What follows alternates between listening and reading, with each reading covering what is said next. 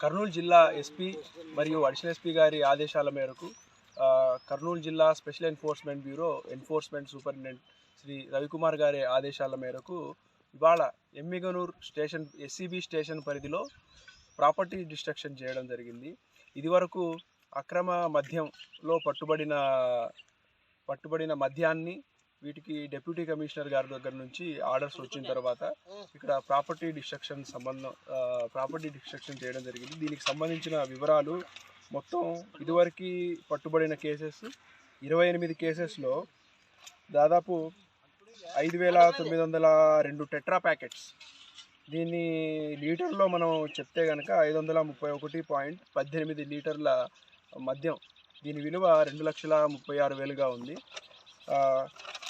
ఇది వరకు చేసిన కేసెస్లో మాకు ఆర్డర్స్ వచ్చిన వాటికి మాత్రమే ఇప్పుడు డిస్ట్రక్షన్ చేయడం జరిగింది. ఇంకా డిస్ట్రక్షన్ చేయాల్సినవి కూడా ఉన్నాయి.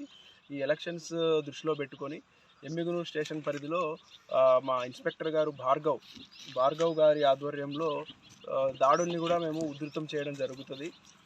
ఎట్టి పరిస్థితుల్లోనూ అక్రమ మద్యం, అది కర్ణాటక కావచ్చు, తెలంగాణ కావచ్చు, ఐడి లిక్కర్ కావచ్చు, నాటు సారా ఏదైనా కూడా ఎట్టి పరిస్థితుల్లోనూ ఉపేక్షించేది లేదు. ఎస్సీబీ నుంచి దాడులు ఉధృతం చేయడం జరుగుతుంది.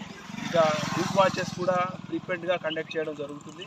ఈ కోడ్ ఇవాళ రేపు కోడ్ కూడా వచ్చే అవకాశం ఉంది కాబట్టి ఈ నేపథ్యంలో కూడా ఎస్సీబీ ఎటువంటి రాజకీయ ఇతర ఒత్తిళ్లను కూడా ఎదుర్కొని వాటికి లొంగకుండా, ప్రలోభాలకు లొంగకుండా సమర్థవంతంగా పనిచేస్తుందని ఎస్సీబీ తరపు నుంచి నేను చెప్పగలుగుతున్నాను. మీ గుడ్ నేమ్స్?